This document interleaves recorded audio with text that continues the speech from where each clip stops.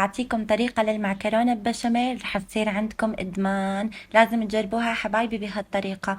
طريقة جدا سهلة وبسيطة، ولحتى تعملوا أنجح صوص بشاميل لازم تتابعوا الفيديو للأخير. انتوا عم تحضروا الفيديو حطوا لي إعجاب واكتبوا لي تعليق حلو مثلكم. صلوا على الرسول. خلونا نبلش.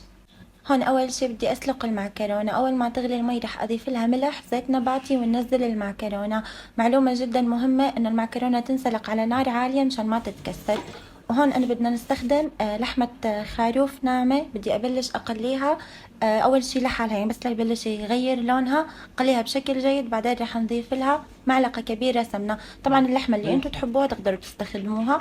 هاي رح انزل عليهم بصلتين مفرومين يعني ناعم، لانه مو حلوة تظهر زيادة بالمعكرونة بشاميل. نقليهم مع بعض. بعدين رح نضيف لهم قرفة وملح وشوي فلفل اسود، يعني لا تكثروا زيادة. ونكملهم مع بعض بالتقلاية. وهم بسم الله ما شاء الله بدي ابرش لهم حبة بندورة كاملة. البندورة بصوص اللحمة يعني باللحمة تعطيها نكهة جدا طيبة، لا تستغنوا عنها ابدا. وبعدين رح نضيف لهم كمان معلقة كبيرة دبس بندورة اللي هو معجون الطماطم. ونكملهم بالتقلاية. وصارت عندي اللحمة جاهزة، شوفوا ما شاء الله. وهون لصوص البشاميل رح أضيف 4 معالق زبدة وعليهم 4 طحين. احفظوا هذا العيار، لكل كاسة حليب معلقة زبدة معلقة طحين. رح نبلش نذوب الزبدة مع الطحين بشكل جيد لحتى تطلع النكهات مع بعضها. يعني شغلته 5 دقائق، لا تحرقوا أبدا يعني ولا تحمصوا تحميص، لا بس لحتى تطلع النكهات مع بعضها. هون أنا عندي حليب فاتر، لازم يكون الحليب فاتر. رح أضيف كبجاية كبجاية، لا تضيفوا الحليب دفعة واحدة مشان ما يصير عندكم أي تكتلات. ولنجاح الصوص هو التحريك، ضلوا حركوا بشكل مستمر. ضيفوا الحليب كبجاية كبجاية يعني شوي شوي. بعدين رجعوا ضيفوا الكمية كاملة واستمروا بالتحريك. هون رح أبرش عليهم شوي من جوزة الطيب. جوزة الطيب بيعطي المعكرونة بشاميل يعني نكهة جدا خرافية، لا تستغنوا عنها إذا متوفرة عندكم طبعا. رح نضيف لها كمان شوي ملح يعني حسب الرغبة أكيد.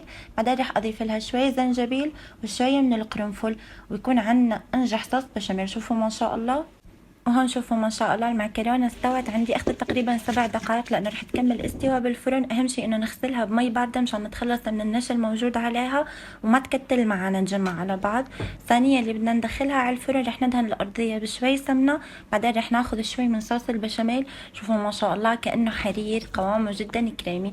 رح نصف طبقة من المعكرونة، يعني التطبيق انا اشوفه اختياري اكيد، بس هذا اضبط شيء لتطبيق المعكرونة ببشاميل.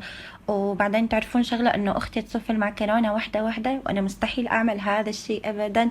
الله يعطيني طولة بالها يا رب. فعادي يعني نرتبها بشكل عشوائي. طبقة معكرونة، نرجع نحط شوي من اللحمة وصوص البشاميل.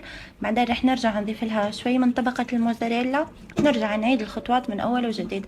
طبعا في طريقة اسهل انكم تخلطوا المعكرونة مع صوص البشاميل كامل وبعدين توزعوه طبقات، بس انا حبيت يعني انه اعمله بهاي الطريقة. بس اذا كنتم مستعجلين طبقوها اكيد. وهون رح نبلش نغرقها بصوص البشاميل، خلوها تطلع معانا منغنغة وغير شكل. رح نصف لها هون على الوجه اخر شي موزاريلا او قشقوان. الفرن محمى مسبقا قبل بربع ساعة، شغال فوق وتحت. هي ما تطول بالفرن المعكرونة بشاميل، شغلتها 10 دقائق وتصير امورها جاهزة. ومن فرن لفرن اكيد رح تختلف معاكم. شوفوا لي على هالصينية وصلوا على سيدنا الرسول. بسم الله ما شاء الله.